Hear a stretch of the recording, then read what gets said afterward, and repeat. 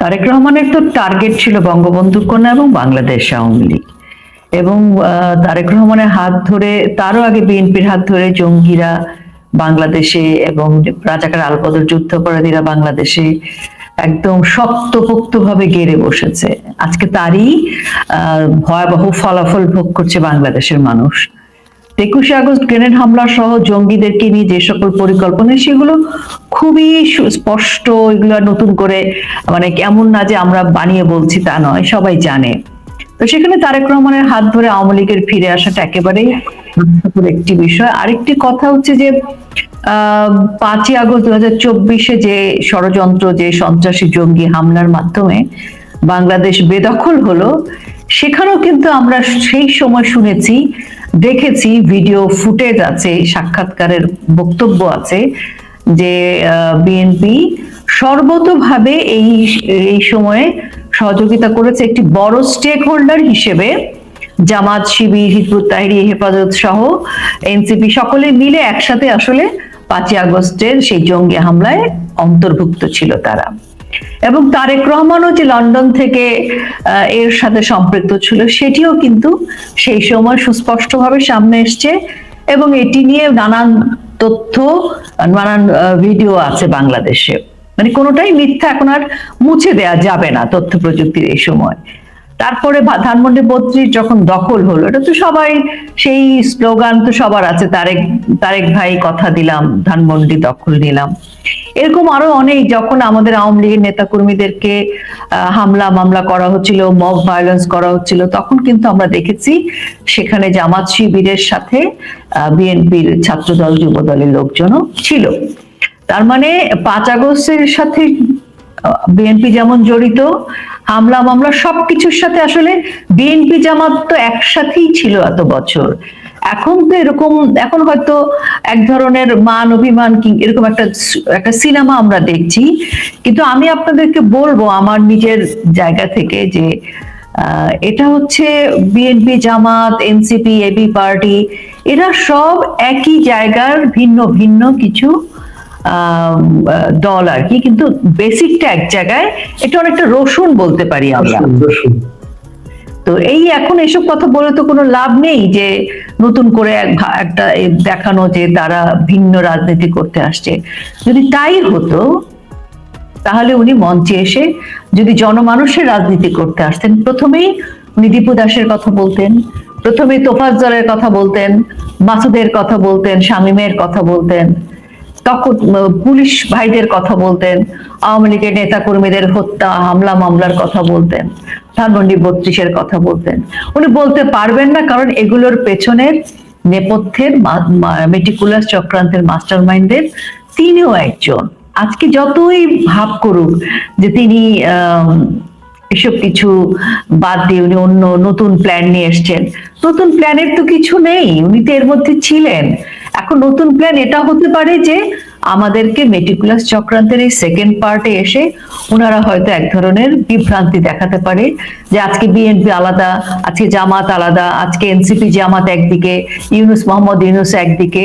না, তারা আসলে রসুন, তারা সব একসাথে আমাদেরকে আবারও বিভ্রান্ত করছে। আর বাংলাদেশ আওয়ামী লীগকে যদি ফিরতে হয়, এটা তো নেতা, লক্ষ লক্ষ কোটি কোটি নেতা কর্মীর দেশ। আর আজকে বাংলাদেশ আওয়ামী লীগ কিন্তু আর আওয়ামী লীগ নেই। শুধুই ধানমন্ডি 32, শুধুই 23 বঙ্গবন্ধু এভিনিউ, ধানমন্ডি 3-এ বা বাংলাদেশ আওয়ামী লীগের যে গঠনতন্ত্রের যে কাঠামো, বাংলাদেশ আওয়ামী লীগ কিন্তু আজকে সেখানে নেই। আজকে বাংলাদেশ আওয়ামী লীগের সাথে যুক্ত হয়ে গেছে সেই মানুষগুলো যারা ধানমন্ডি 32 ভেঙে যাওয়ার পর বলেছিল আজ থেকে আমিও আওয়ামী লীগ হলাম, যারা ওই যখন বঙ্গবন্ধুর ভাস্কর্য ভেঙে ফেলেছে তখন তারা যারা বলেছিল যে আজ থেকে আমিও আওয়ামী লীগে যুক্ত হলাম। এই যে নতুন আওয়ামী লীগ, এই যে সাধারণ মানুষ যুক্ত হয়ে গেছে, আজকে আওয়ামী লীগ আর জনগণ কিন্তু একাকার হয়ে গেছে।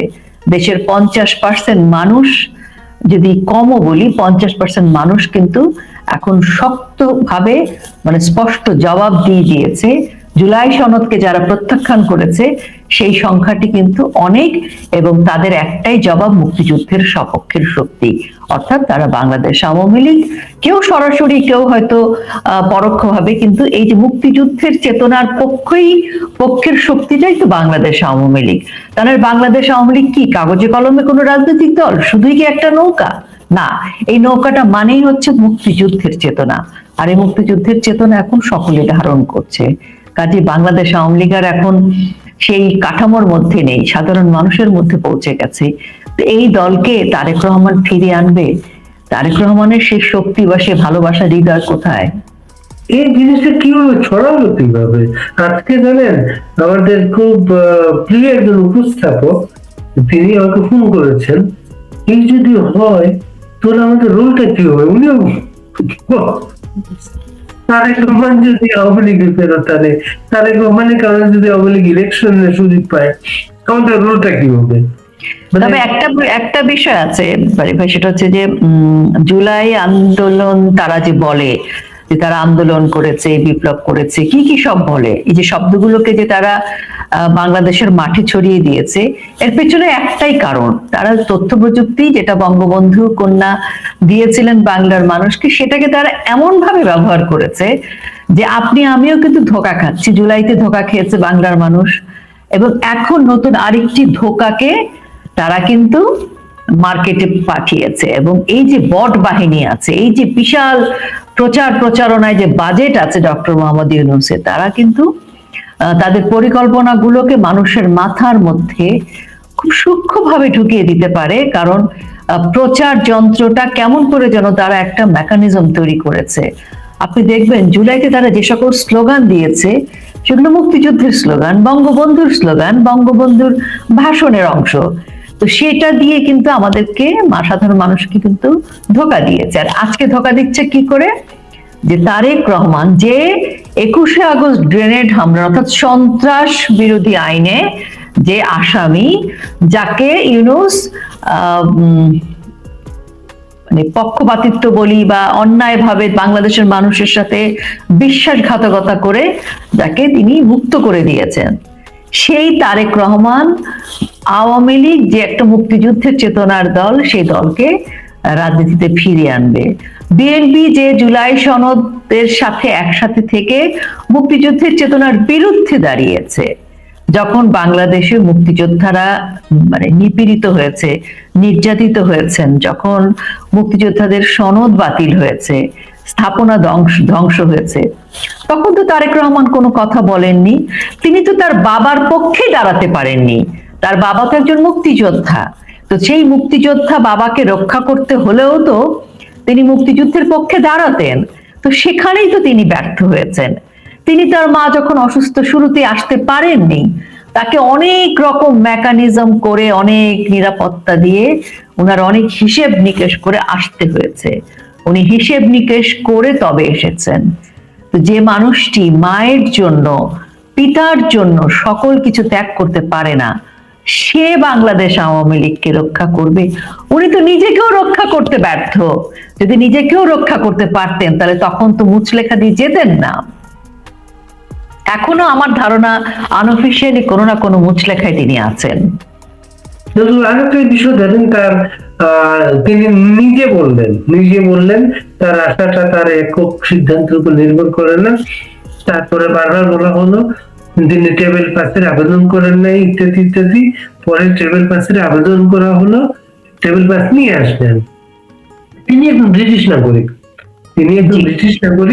তিনি যেমন আমি অস্ট্রেলিয়ার নাগরিক, আমরা ডুয়াল সিটিজেন, মানে অস্ট্রেলিয়া বাংলাদেশ দুটোরই নাগরিক আমরা। এটা ব্রিটেনে যেমন চলে, অস্ট্রেলিয়াতে চলে সেটা। আমি যখন বাংলাদেশে যাই, আমার পাসপোর্টে বাংলাদেশে ভিসা আলাদা নিতে হয় না, আমি একটা ফি দিয়ে, বাংলাদেশে হাইকমিশনে ফি দিয়ে, নো ভিসা রিকোয়ার্ড সিল তারা দেয়। ওই সিলটা যতক্ষণ আমি এই পাসপোর্টটা ভ্যালিড এসছে ততক্ষণ চলবে, কিন্তু আমি অবিরাম বাংলাদেশে আসা করতে পারবো, ভিসার আবেদন করতে হবে না। প্লাস হচ্ছে যদি আমি এটা করতে চাই, হাইড করতে চাই, এটা তারেক রহমান লন্ডনে বাংলাদেশ হাই কমিশন আছে, উনি তো বাংলাদেশের পাসপোর্ট নিয়ে আসতে পারতেন। তাদেরকে নিচে যাওয়ার আসা যাওয়া করেছেন, আমরা এয়ারপোর্টে দেখেছি পাসপোর্টটা যখন দিলেন, পাসপোর্টের রং আমরা দেখেছি, এটা ব্রিটিশ পাসপোর্ট। জি, তারেকের মেয়ে, তারেক সবাই ব্রিটিশ পাসপোর্ট সেটা। এখন তিনি বাংলাদেশে ইলেকশন করতে, তাকে ভোটার করা হবে, তাকে আইডি দেওয়া হবে, এটা কি বাংলাদেশের নাগরিককে দেওয়া হবে না ডুয়াল সিটিজেন, বা বাংলাদেশ যদি ব্রিটিশ সিটিজেনশিপ উনি ত্যাগ না করে তিনি এখানে ইলেকশন করতে পারবেন না? এই প্রশ্নগুলোর সামনে তো নিশ্চয়ই আসবে, তাই না? এই প্রশ্নগুলো ইতিমধ্যে এসেছে। কারণ ওই যে আমি প্রথমে একটুখানি বললাম যে তিনি তো নিজেই নিজেকে রক্ষা করতে পারেননি, অর্থাৎ দেখেন তাকে নিজে ধূম্র জালগুলো তৈরি হয়েছে। প্রশ্ন কখন আসে? যখন কিছু লুকানো থাকে। তো ওনার তো কিছু বিষয় তো লুকানো আছে, তিনি তো সেটা স্পষ্ট করতে পারেননি। ওনাকে স্পষ্ট করতে হবে উনি আসলে বাংলাদেশের নিয়ম অনুযায়ী, বাংলাদেশের যে নিয়ম অনুযায়ী নাগরিকত্ব প্রয়োজন নির্বাচন করবার জন্য, সেটাতে তিনি সেই ক্রাইটেরিয়া ফুলফিল করেন কিনা। উনি যদি বিদেশি নাগরিক হয়ে থাকেন, অনেক বিদেশি নাগরিককে আমরা দেখেছি বিদেশি পাসপোর্ট স্যারেন্ডার করে এসেও কাজ করেছেন। তো এই যে জিনিসগুলোকে খুব সুস্পষ্ট করতে হবে জাতির সামনে। উনি এত বছর পর, উনার তো ভোটার আইডি কার্ড আগেই থাকার কথা ছিল, উনার তো এখন এই বয়সে এসে ভোটার কার্ড হবার কথা নয়।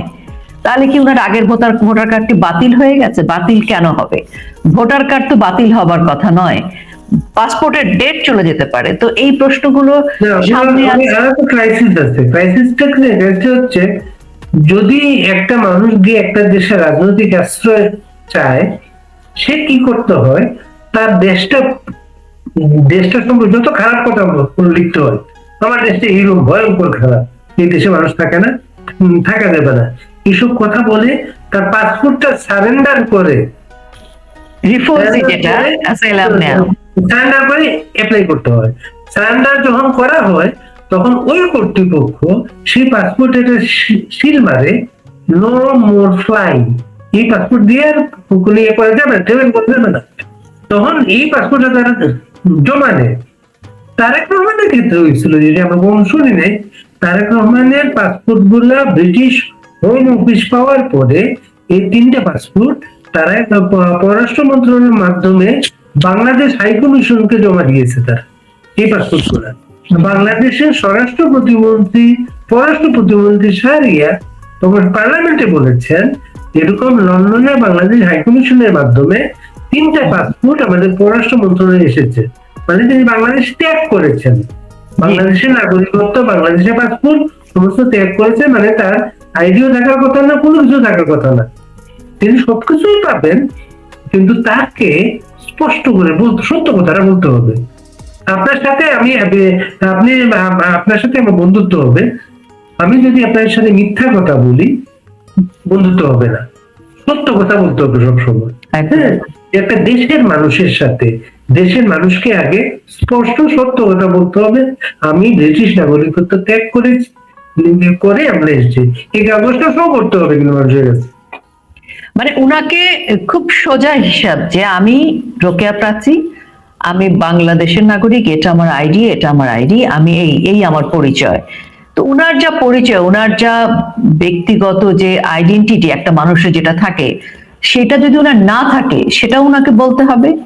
তিনি যদি পুরনো সবকিছুকে বিসর্জন দিয়ে লন্ডনবাসী হয়ে যান, সেটাও জানাতে হবে। লন্ডনবাসী হয়ে যাওয়ার পর তিনি যদি মনে করেন যে এখন আমি বাংলাদেশবাসী হব, তো সেটাও স্পষ্ট করতে হবে। নিজের বিষয়গুলোকে স্পষ্ট করতে পারছিলেন না দেখেই কিন্তু ওনার ওই স্টেটমেন্টটা ছিল যে চাইলে আসতে পারা সম্ভব না, সবকিছু তার একার উপর নির্ভর করছে না, অনেক হিসেব নিকেশ আছে। তো একজন মানুষ তার মাকে দেখতে আসবেন তার নিজের জন্মভূমিতে, এখানে হিসেবের কিছু নেই, অন্যের কাছে দাসখতের। একটা মানুষ লন্ডনে বাংলাদেশ হাই কমিশনে গেলে তারেক রহমানের মতো একটা মানুষকে 1 ঘন্টার মধ্যে পাসপোর্ট করে দিতে, একদম এটা কোনো বিষয় না, কিন্তু উনি পারবেন না। তো পারবেন না দেখেই উনাকে এত ছলচাতুরি বা এত কথা বা এত কিছু আশ্রয় নিতে হয়েছে। এবং বাংলাদেশের মানুষকে এখনো অন্ধকারে রেখে ভাবছেন যে বাংলাদেশের মানুষ, তিনি যখন গেছেন বাংলাদেশ থেকে, উনি হয়তো ভেবেছেন যে বাংলাদেশের মানুষ এখনো ওই যুগে অবস্থান করছে। তো বাংলাদেশের মানুষ ওই সময় থেকে, যখন উনি চলে গেছেন বাংলাদেশ ত্যাগ করে, এই দেশের মানুষ ওই সময় থেকে আজকে পর্যন্ত যে কোথায় পৌঁছে গেছে, উনি এটা এসে একটুখানি স্বীকার করেছেন যে অনেক চেঞ্জ হয়ে গেছে। এই চেঞ্জটা শুধু 300 ফিট দিয়ে নয়, এই চেঞ্জটা কিন্তু সকল ক্ষেত্রেই। তো মানুষের কাছে তথ্য প্রযুক্তির কারণে সকল কিছুই আছে। চিন্তা করেন, তিনি একটা বড় একটা দলের নেতা, তিনি বাংলাদেশের প্রধানমন্ত্রী হতে চান আগামীতে। তিনি তার আইডেন্টিটি ক্রাইসিস এখন পর্যন্ত দেশের মানুষের কাছে, এবং আইডেন্টিটি ক্রাইসিস হলে একটা মানুষকে বাংলাদেশে সমস্ত ধরনের সমস্ত বাহিনীর প্রোটোকল দেওয়া হলো তাকে। আমার এখানে একটা প্রশ্ন আছে যে বাংলাদেশে যেমন আমরা কিছুদিন আগে যখন গোপালগঞ্জ সহ কিছু জায়গায় এনসিপির সেই জঙ্গিরা যখন বিভিন্ন জায়গায় জনসভার নাম করলো এবং সেখানে বড় বড় প্রোটোকল নিয়ে গেল, এবং আমরা তখন বলছিলাম যে এই ডগ স্কোয়াড, এই যে আর্মির সেনাবাহিনীদেরকে এই পরিমাণ প্রোটোকল, যেটা মহামান্য রাষ্ট্রপতি বা দেশের প্রধানমন্ত্রী মানে সর্বোচ্চ প্রোটোকল পাওয়ার একটা বিধান আছে, তো এই বিধানটা মানে নিশ্চয়ই আম জনতার জন্য নেই। তো আমি বলবো যে তারেক রহমান তো এখন আম জনতা, আমার আপনার মতোই আম জনতা। ঠিক আছে, উনার বিশেষত্ব হচ্ছে যে উনি উনার বিএনপির প্রধানতম, এখন তার মানে বেগম খালেদা জিয়ার অনুপস্থিতিতে প্রধান কর্ণধার। ঠিক আছে, কিন্তু কোন একটি রাজনৈতিক দলের প্রধান তিনি কি রাষ্ট্রের কাছে এই প্রোটোকলটা পায় কিনা? এটা কি রাষ্ট্রীয় প্রোটোকলের একটি? কালকেই তাকে একটা ইলেকশনের জন্য একটা লেভেল প্লেইং ফিল্ড একটা দরকার, নানা প্রতিদ্বন্দ্বী থাকবে, রাষ্ট্র চিহ্নিত করে দিয়েছে এই লোকটা লেভেল প্লেইং ফিল্ডের বাইরে চলে গেছে, এর আশেপাশে কেউ নাই, মানে ইলেকশনের দরকার কি? একদমই। যেমন এনসিপি এনসিপি কে, জামাত ইসলামকে, হেফাজতকে, জঙ্গিদেরকে আলাদা করে একটা সুবিধাজনক রাষ্ট্রীয় প্রোটোকল পৃষ্ঠপোষকতা দিয়ে একটা ক্ষমতার শীর্ষে বসিয়ে দিয়েছেন, তেমনি তারেক রহমানকেও কিন্তু একটা শীর্ষ প্রোটোকল দিয়ে এক ধরনের সুযোগ সুবিধা দিয়ে আলাদা করে দিয়েছে। তার মানে এখন প্রধান উপদেষ্টা, জামাত শিবির সহ অন্যান্য যে উগ্র মৌলবাদী গোষ্ঠীগুলো এবং বিএনপির তারেক রহমান মিলে এখন কি হলো, পুরো বাংলাদেশটা একদিকে আর এরা একদিকে, অর্থাৎ এরাই নির্বাচন করে এরাই নিজেরা আসন ভাগাভাগি করবে, নিজেরা একটা নেগোসিয়েশন করে ভাগাভাগি করে এরা পরস্পরকে সুবিধা দিয়ে পরস্পরের আমলনামাটা নিজেরা লিখবে, কিছু মুছে ফেলবে, কিছু নতুন করে লিখবে। ওই পরীক্ষার প্রশ্নপত্র আসার পর ওই সবাই একজন লিখে খাতাটা দিয়ে দেয়, অন্যরা নকল করে লিখে ওই যে রেজাল্টটা যে করে, তো তাদের এক ধরনের নেগোসিয়েশন হয়ে গেছে এনসিপি, জামাত শিবির, তারেক রহমান সহ। অর্থাৎ তারা একটা জায়গায় গেছে যে বাংলাদেশের মানুষ কি ভাবলো বা বাংলাদেশের মানুষ কাকে সমর্থন করলো, এটি কিন্তু উপেক্ষিত হয়ে গেল। আজকে দেখেন আওয়ামী লীগকে নিষিদ্ধ করেছে, আওয়ামী লীগ নির্বাচন করতে পারবে না, এটা তো জানা কথা, কিন্তু ভোটটা দিবে কে? বাংলাদেশের জনগণ। এবং আরো অনেক রাজনৈতিক দল আছে, আমি আরো অনেক রাজনৈতিক দলকে তো দেখছি বাদ দিয়েছেই, পাশাপাশি যারা ভোটার মানে ভোট দেবে জনগণ, তার মানে জনগণ এখানে টোটালি অবহেলিত। তারা নিজেরাই কিন্তু একটা লাইন আপ করে নিয়েছে, তারেক রহমান কোথায়, কি অবস্থায়, জামাত শিবির কোথায়, জামাত ইসলামী, হেফাজত, এনসিপিরা কোথায়। আজকে এনসিপির একজন বলছেন যে তারা 150 সিট পাবে, বিএনপি হয়তো 50টা থেকে 100।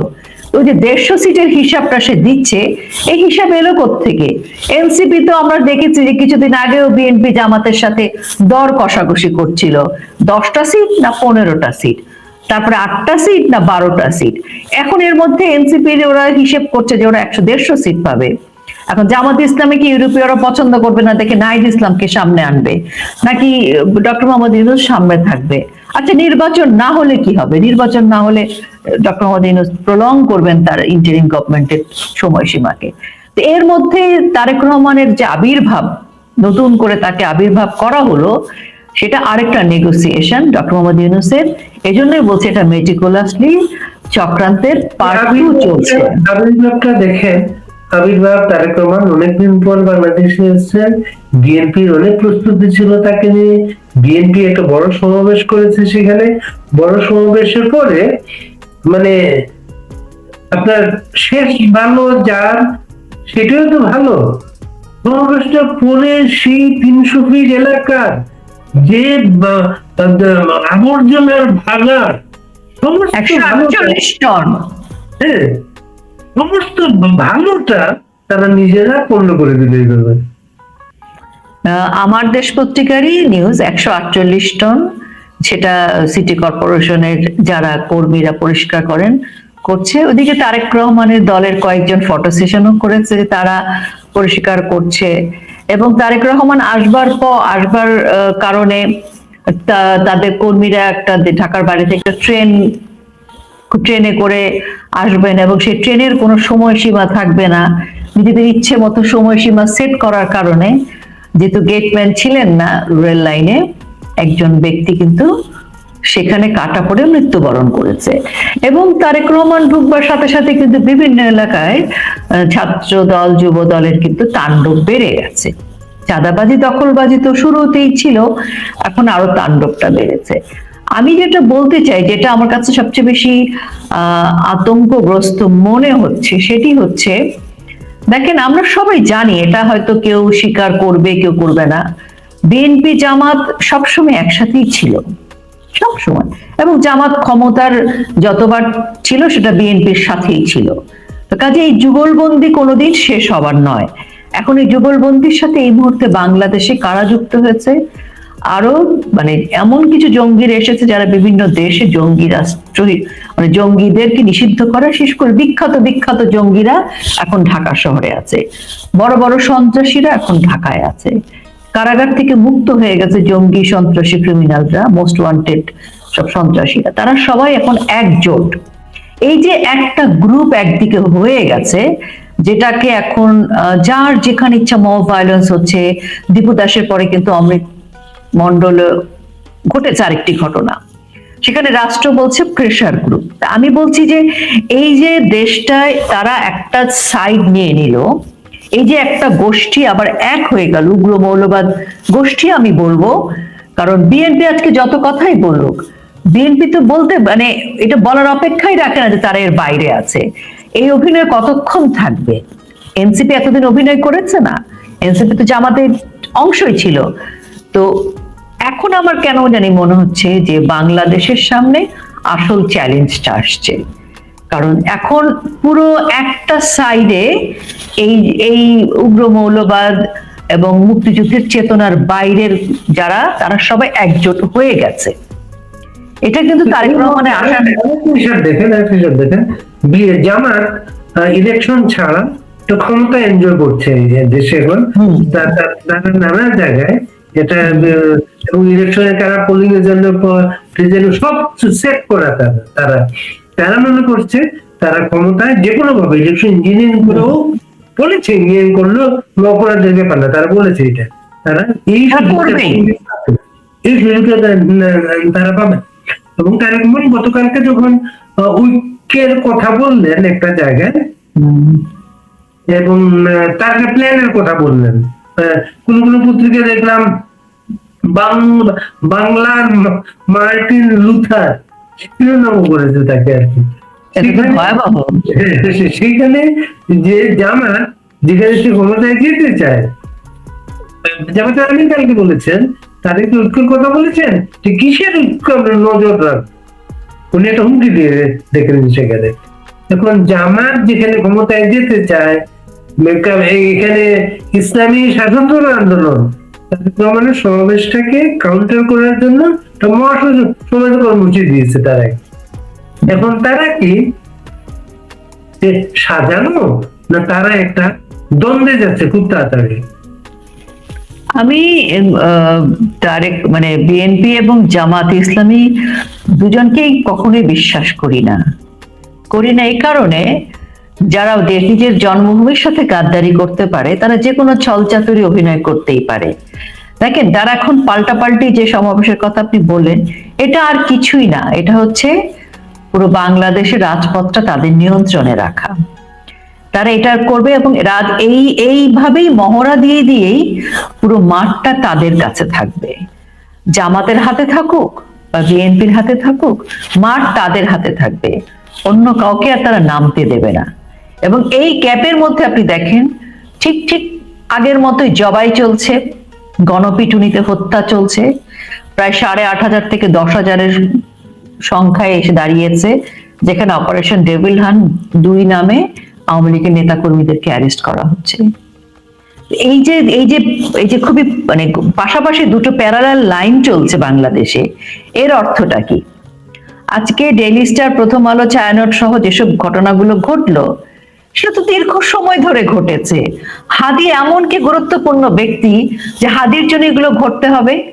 তার মানে এগুলো ক্রিয়েটেড, এগুলো বাংলাদেশের মানুষকে একদম আতঙ্কগ্রস্ত করবার জন্য এগুলোকে নতুন করে ক্রিয়েট করা হয়েছে। আজকে হাদি সমর্থকরা শাহবাগ দখল করে রেখেছে এবং বলেছে বিচার না হওয়া পর্যন্ত দখল তারা ছাড়বে না। সেই তো, মানে এরা তো সব একই, তার মানে এদের হাতেই থাকবে। আর মাঝখানে তাহলে কাকে গ্রেফতার করছে? আওয়ামী লীগের নেতা কর্মীদের গ্রেফতার হচ্ছে, আওয়ামী লীগের নেতা কর্মী, মব ভায়োলেন্সের শিকার হচ্ছে আওয়ামী লীগের নেতা কর্মী, হত্যা হচ্ছে সনাতনী এবং আওয়ামী লীগের নেতা কর্মী। এবং ধরেন সাংস্কৃতিক পরিমণ্ডলের যে কাজকর্মগুলো, আমাদের সাংস্কৃতিক কর্মকাণ্ড ইনস্টিটিউট গুলো কিন্তু ভয়ে ভীত সন্ত্রস্ত হয়ে আছে, এবং তারাই কিন্তু কোনো না কোনো ভাবে ABCDEFGH তারাই কিন্তু কোনো না কোনো ভাবে মাঠে আছে। এবং দেখবেন ঠিক তাদের পরিকল্পনা মাফিক তারা আবার একজোট হয়ে যাবে। তাদেরকে বিশ্বাস করার কোনো কারণ নেই। আমার কথাটা অতুক্তি মনে হতে পারে, কিন্তু আমি আপনাকে বলছি যে হাদিকে কে ক্রিয়েট করেছে? আজকে এনসিপি কে কে ক্রিয়েট করেছে? এনসিপি কে জামাত, এনসিপির আমরা 30শে ডিসেম্বর আমরা দেখিনি গত বছর সমাবেশে একসাথে কিভাবে বাপ বেটার ভাবমূর্তি ধরলো তারা? তো তারা তো একসাথে জুলাইতে তারা এই সন্ত্রাসী কর্মকাণ্ড করেছে। সবাই সবার স্টেক হোল্ডার। হিজবুত তাহরি কি করেছে, জামাত ইসলামী কি করেছে, বিএনপি কি করেছে, এটা তো গত বছরের জুলাই আগস্টের ঘটনা। তো সেটা তো আমরা জানি ইন্ডিমিটি কাদের দিয়েছে আর আজকে কারা দৌরাত্ম্য দেখাচ্ছে, সবই কিন্তু আমাদের কাছে তো তথ্য আছে, আপনার কাছেও আছে। সেজন্য আমি বলছি যে এই যে আজকে হাদির গ্রুপ বলছে মাঠ দখল করতে হবে, এনসিপি আরেকটা গরম কথা বলছে, এর সবই তাদের সাজানো। তারা সবাই এক ও অভিন্ন, তারা নিজেরা এক একজনকে দিয়ে এক একটা এজেন্ডা বাস্তবায়ন করে করে বাংলাদেশের মানুষকে চুপ করিয়ে রাখার পায় তারা। দেখেন আজকে হাদির গ্রুপ শাহবাগে, কালকে এনসিপি আরেক জায়গায়, পরশুদিন এবি পার্টি আরেক জায়গায়। তো এইভাবেই তো চলছে, ওদের হাতেই কিন্তু, ওরাই নিয়ন্ত্রণ করছে। এবং ওদের এই দৌরাত্মে ইউনূস প্রশাসন কাউকেই কিছু বলছে না। কেন? আজকে শাহবাগে তো সমাবেশ নিষিদ্ধ করার কথা, আজকে হাদির গ্রুপকে কেন অ্যারেস্ট করছে না? বা আজকে এনসিপি যারা চিৎকার চেঁচামেচি করছে, আজকে যারা শিক্ষকদেরকে ধরে ধরে জবাই করার কথা বলছে, বেঁধে রাখার কথা বলছে, আওয়ামী লীগকে জবাই করার কথা বলছে, তাদেরকে কেন অ্যারেস্ট করছে না? তারা তো এই সকল এবিসিডি পার্টিরই তো সদস্য। তো এরা হচ্ছে মাঠ গরমের কর্মী, তাদের এদেরকে দিয়ে আরেকটা মনে হয় তারেকের সমাবেশটা দেখে হাদির গ্রুপ যে শাহবাগ দখল করলো, তারা এটা দখল ছাড়বো না বলছে, এই এনসিপি এক জায়গায় করবে, ইসলামী শাসনতন্ত্র এক জায়গায় করবে, মানে কি ইলেকশন পণ্ড করার একটা নকশা এটা? দেখেন ইলেকশন যদি পণ্ড হয়, সবচেয়ে লাভবান হবেন মোহাম্মদ ইউনূস। হ্যাঁ, ওনার টাইম টেবিলটা মানে প্রলং করবে, ওনার জন্য খুবই উইন সিচুয়েশনে। আর জামাতে ইসলামী এখনো যেরকম শক্তিশালী আছে তখনও শক্তিশালী থাকবে। এবং জামাতে ইসলামী যদি বুঝতে পারে স্পষ্ট করে যে ইন্টারন্যাশনালি কেউ জামাতকে ক্ষমতার শীর্ষে চাইবে না, তখন জামাতকেও একজন Superman, fresh face, puppet face একজন লাগবে। তো সেই একজন তো এতদিন মোহাম্মদ ইউনূস সাহেবই ছিলেন, এখন কি নতুন কাউকে লাগবে কিনা সেই হিসেব নিকেশটা তারা করবেন, যে নতুন কাউকে দিলে সেই নতুন কেউকে দিয়ে তাদের কাজ হবে কিনা, বা ইউনূসই থাকবে কিনা, এই হিসেব নিকেশটা তারা নিশ্চয়ই করছেন। কারণ ইলেকশন না হলে কারো লাভ, হলে কারো লাভ। তো হলে হয়তো জামাত ইসলামী যে এতদিন এত ইনভেস্ট করেছে, ইলেকশন হলে জামাত ইসলামীর সুবিধা আছে। আর যদি নাও হয়, জামাত ইসলামীর লস নাই, কারণ পরোক্ষভাবে ক্ষমতার নাটাইটা তাদের হাতেই আছে। কিন্তু এখন ডিপ স্টেট বা ইউরোপীয় মানে ইন্টারন্যাশনালি সবাই আসলে কি সিদ্ধান্ত নেয়, যে জামাতের হয়তো সেটা ভাবতে হচ্ছে। কিন্তু আমার কেন জানি মনে হয় যে জামাত ইসলামী বা মোহাম্মদ ইউনূস বা অন্য যে দলগুলো আছে, মানে ইসলামী উগ্র মৌলবাদী যে গোষ্ঠীগুলো আছে, তারা তারেক রহমানকে লন্ডন থেকে নিয়ে এসে সামনে নেতার বড় চেয়ারটি দিয়ে দিবে। আমার কাছে মনে হয় না এত উদার সবাই। আজকে একজন ভারতীয় সাংবাদিক আমাদের এখানে এসেছিলেন, তিনি বলছিলেন যে আওয়ামী লীগ নাই এখন মাঠে, বিএনপি জামাত যদি ইলেকশন হয় তাহলে এই দুইয়ের মাঝে তাদের কাছে তুলনামূলক ভাবে জামাতের চাইতে তার তুলনামূলক ভাবে বিএনপি তাদের কাছে গ্রহণযোগ্য। কিন্তু গ্রহণযোগ্য হলেও 50 ভাগ ভোটারকে বাইরে রেখে, ইলেকশনে বাইরে রেখে তারেক রহমান দেশের জনগণের ম্যান্ডেট পাবেন না, এবং বাংলাদেশে এটা গৃহযুদ্ধ শুরু হয়ে যাবে। গৃহযুদ্ধে যেটা শুরু হবে, গৃহযুদ্ধে আঁচ দিয়ে সীমান্ত অতিক্রম করবে সেটা একদম, তখন তারা এফেক্টেড হবে সেটা। এটা তো বটে। বাংলাদেশে যদি যাই ঘটুক, সেটা কিন্তু দক্ষিণাঞ্চলের প্রতিবেশী রাষ্ট্রে কিন্তু পড়বেই, এটা তো যৌক্তিক। আর বাংলাদেশে উনি যেটা বলেছেন সেটার সাথে আমি মনে করি যে তারেক রহমান কেন, এই নির্বাচনের প্রক্রিয়াটি তো অবৈধ আসলে, এটা তারাও জানেন, আমরাও জানি। প্রথমত অবৈধ, ইউনূসের সাথে অবৈধ নির্বাচন প্রক্রিয়া অবৈধ, এবং নির্বাচন কমিশনের মাধ্যমে যেভাবে যে প্রক্রিয়া নির্বাচনের গুলো মানে যে কর্মকাণ্ডগুলো হচ্ছে, সেখানে অবৈধ পন্থা রয়েছে। তার মানে নির্বাচনটার বৈধতা নিয়ে কিন্তু প্রশ্ন আছে। তারপরে হচ্ছে 50% বেশি মানুষ ভোট কেন্দ্রে যাবে না, এবং সনাতনীদের উপর যে নির্যাতনটি বেড়েছে, তার মানে তারাও ভোট কেন্দ্রে হয়তো যাবেন না, সেটাও একটা কিন্তু বড় ইস্যু।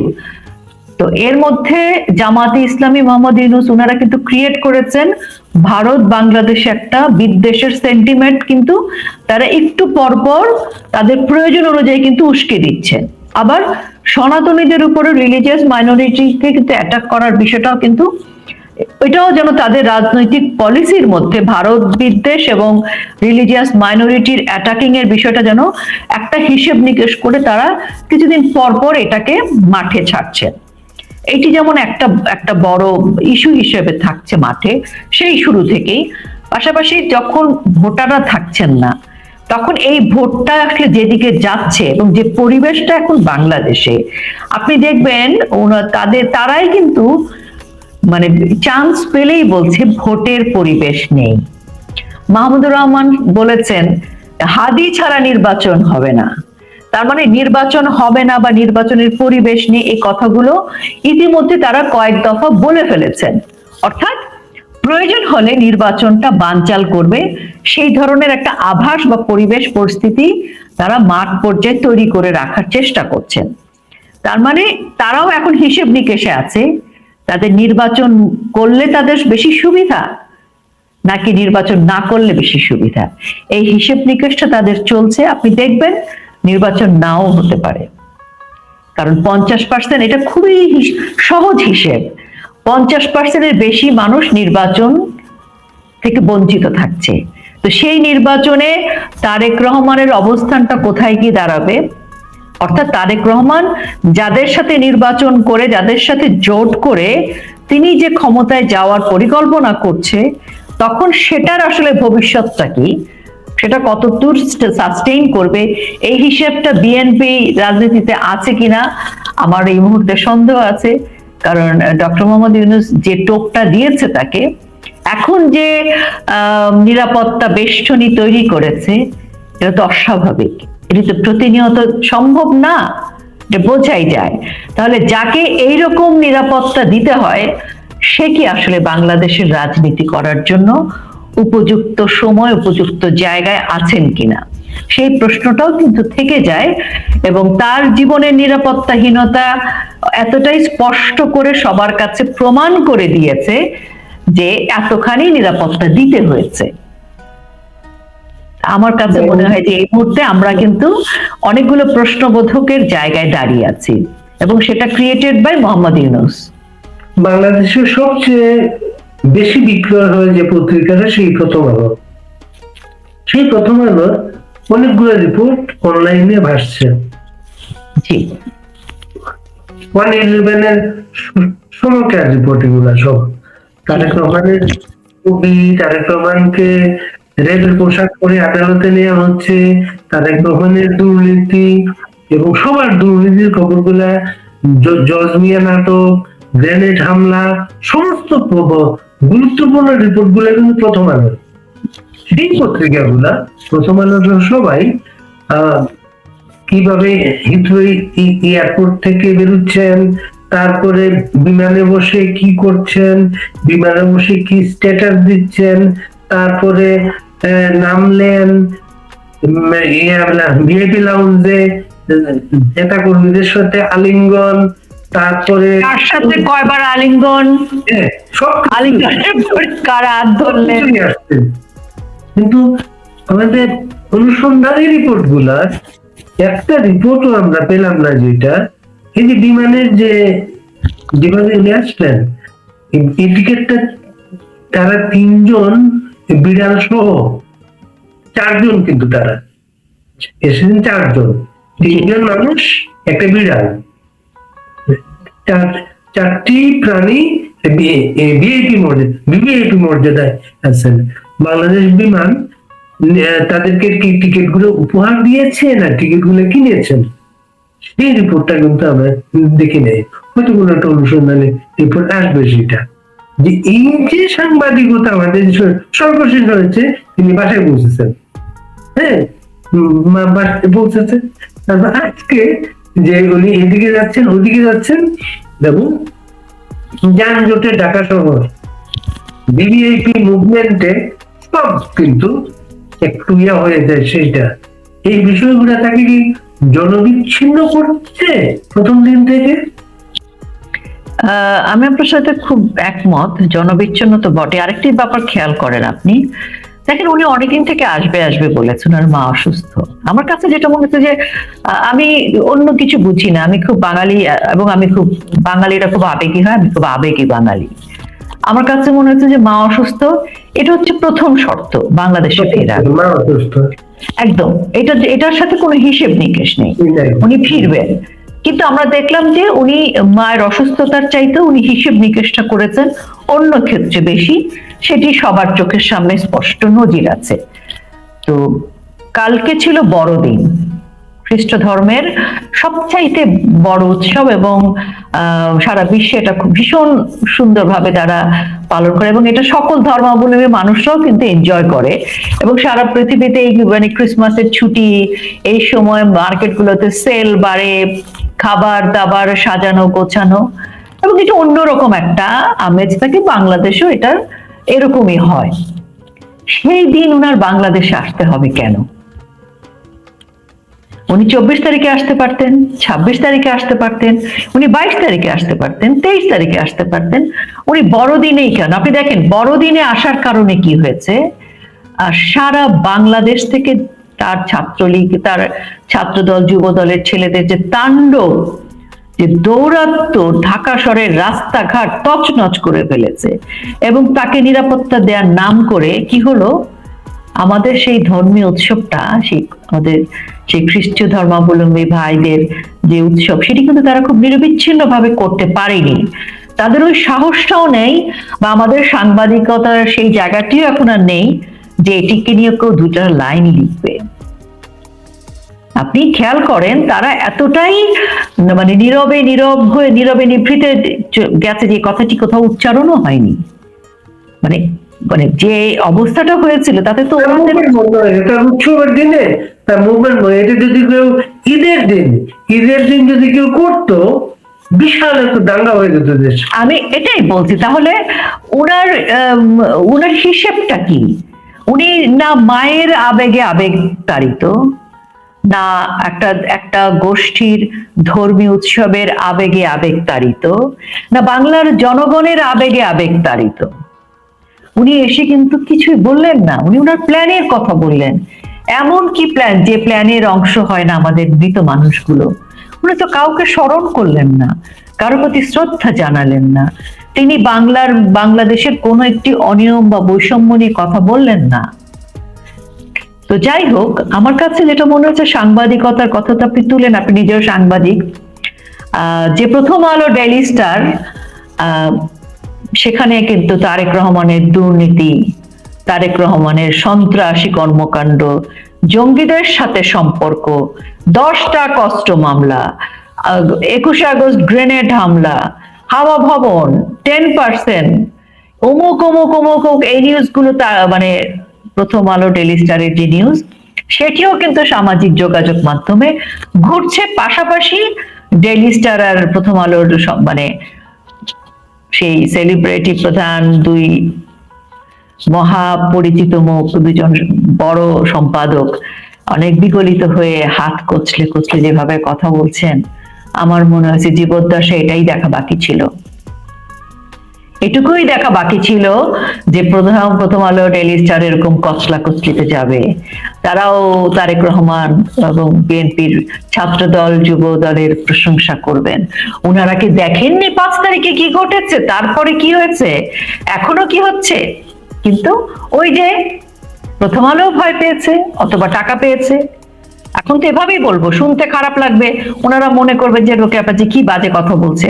কিছু একটা তো বলতে হবে, কারণ কি হয় প্রাণের ভয়। ডেইলি স্টার প্রথম আলো পুড়িয়ে দিয়েছে, তারা ভয় পেয়েছেন ওনারা, এখন বাড়িও পুড়িয়ে দিতে পারে।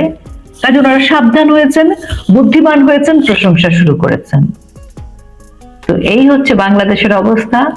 তারেক রহমানের জন্য আপনি যে বলেন বিচ্ছিন্ন হচ্ছে কিনা, উনি শুধু বিচ্ছিন্ন হচ্ছেন না, উনি যাদের সাথে সম্পৃক্ত হয়েছেন, যাদের আশ্বাসে এসেছেন, সেই আশ্বাসটুকু এতই ভয়ঙ্কর যে মানে দেশের মানুষ চুপচাপ হয়ে গেছে, কথা বলতে ভয় পাচ্ছে।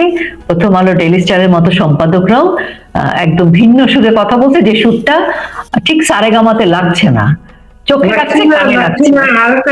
আমি বলি সেটা সবাইকে একটু মনে করে দিই, আমি তখন জনগণের কাজ করতাম। জনগণ পত্রিকাটাকে বিএনপি যাওয়ার গলা চেপে ধরেছিল, আমরা তখন বেতন পেতাম না, আমাদের খুব কষ্ট হতো, আমাদের বাড়ি বাড়িতে সংসারে খুব কষ্ট হতো। বাংলাদেশে সেই যে শুরু হয়েছিল সেটা কিন্তু থামে নাই, এটা পল্লবিত হয়েছে, এটা ছড়িয়ে পড়েছে সারা বাংলাদেশে। সেটা শুরু করেছিল বিএনপি। আমি আপনাকে একটু আজকে ব্যক্তিগত একটা কথা মনে করিয়ে দিই। 2001-এ যখন বিএনপি ক্ষমতা এলো, আমি তার আগে শিল্পকলা একাডেমিতে অ্যাসিস্ট্যান্ট ডিরেক্টর হিসেবে যুক্ত হয়েছি। আমার একটাই অপরাধ যে আমি আওয়ামী লীগ আমলে সেখানে যুক্ত হয়েছি। তারপর যখন বেগম খালেদা জিয়া ক্ষমতায় বসলেন, তারপর আমি আর ওখানে চাকরি করতে পারলাম না। 3 বছর ভীষণ অপমানিত অসম্মানিত হয়ে, মানে আমার মতো একটা শিল্পী, আমি কান চলচ্চিত্র উৎসবে যাব, বাংলাদেশের প্রথম ছবি মাটির ময়না, এবং আমি প্রথম শিল্পী বাংলাদেশের যে কান চলচ্চিত্র উৎসবে বাংলাদেশকে প্রতিনিধিত্ব করছে, এবং আমি কানের মাটিতে, কানের মাঠে, মঞ্চে বাংলাদেশের অভিনেত্রী হিসেবে উদ্বোধনী ঘোষণা দিচ্ছি। সেই আমাকে মুচলেখা দিয়ে কানে যেতে হয়েছে। সরকারি অফিসার কিন্তু মুচলেখা দেয় না, একটা এনওসি লাগে। সেই এনওসিটা কে দেয়? ওই মন্ত্রণালয়ের যিনি প্রধান, তখন ছিলেন সেলিমা রহমান।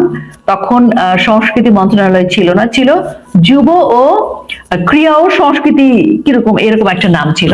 তো সেলিমা রহমান ছিলেন সেটার মন্ত্রী। তিনি আমাকে 7-8 দিন মানে চাকরের মতো ঘুরিয়েছেন মন্ত্রণালয়ের গেটে। আমি একজন শিল্পী, আমি প্রতিদিন যেতে হতো আমার সচিবালয়ে গিয়ে, আমি বসে থাকতাম ওই সচিবালয়ের করিডোরের মধ্যে দাঁড়িয়ে থাকতাম, আমি রুমের ভিতরেও আমার যাওয়া নিষেধ ছিল। যাই হোক, পরবর্তীতে যখন আমাকে এনওসি দেয়া হলো, কিন্তু এনওসির সাথে আমাকে একটা মুচলেখা দিতে হয়েছিল, যেটা নজিরবিহীন। কোনো সরকারি অফিসার মুচলেখা দিয়ে কোনো বিদেশ সফরে যায় না। আমি ফরাসি সরকারের আমন্ত্রণে, অর্থায়নে কান চলচ্চিত্র উৎসবের জন্য আমন্ত্রিত ছিলাম। আমাকে ওই অসম্মান নিয়ে যেতে হয়েছিল, এবং পরবর্তীতে আমি আর কোনো উৎসবে যাওয়ার পারমিশন আমাকে দেয়নি তখন। তো যাই হোক, পরবর্তীতে কিন্তু আমাকে চাকরি ছাড়তে বাধ্য করা হয়। তো বিএনপির শাসনামলে আমি তো তখন আওয়ামী লীগেরও কেউ না, কিন্তু আওয়ামী লীগ সমর্থন করি, মুক্তিযুদ্ধের পক্ষে, এই সকল কারণে আমার মতো একজন শিল্পীকে ওই 2001, 2, 3-এ মানে নিগৃহীত, নিপীড়িত, অপমানিত হতে হয়েছিল, আমাদেরকে ব্ল্যাক লিস্ট করা হয়েছিল। কিন্তু বঙ্গবন্ধু কন্যা মাননীয় প্রধানমন্ত্রী শেখ হাসিনার সময় উনার ডানে বামে যে সকল শিল্পীরা ছিলেন, উনি কোনোদিন জিজ্ঞেস করেননি তুমি কি বিএনপি করো বা ওরা কি বিএনপি করে। অনেকেই বলে চাপা, এদের তো একটু রাজনৈতিক ভিন্নতা আছে, থাকুক, শিল্পী তো। কাজেই বিএনপি কি জিনিস এখনকার প্রজন্ম হয়তো জানে না। আমরা জানি আমাদের সময় কি ঘটেছে। ৭৫-এর 15 আগস্টের পর আমাদের যে বাড়িটা ছিল মিরপুরে, প্রতিদিন বিএনপির ছেলে পেলে এর পরবর্তী সময় প্রতিদিন ভাঙচুর করত, গাছের ডাব পেরে নিয়ে যেত। তখন তো যে অনেকে আমাদের বাড়িতে, আমার মা ভেড়া পালতেন, অনেক কবুতর, দোতলা তিনতলা কবুতরের ঘর, আগে যেরকম একটা সিঙ্গেল বাড়িতে, এগুলো ধরে নিয়ে জবাই করে খেয়ে ফেলতো। তো আমাদের প্রজন্মরা জানে না আসলে আগে কি ঘটেছিল। সেই ধারাবাহিকতায় এখনো ভাগ বাটোয়ারা, এখনো গ্যাঞ্জাম, এখনো দখল, চাঁদাবাজি চলছে। তো সামনে এখন তারা যা দেখছে, ইউনূসকে যা দেখেছিল, ইউনূস তো তা নয়। এখনো যে সময়টা যাচ্ছে, সময় সে সময় না, কঠিন সময় আসছে। আবারও এই সময়ের জন্য অনেকেই বলবে হায় হায়, আবার প্রতারণার শিকার হলাম দ্বিতীয়বার।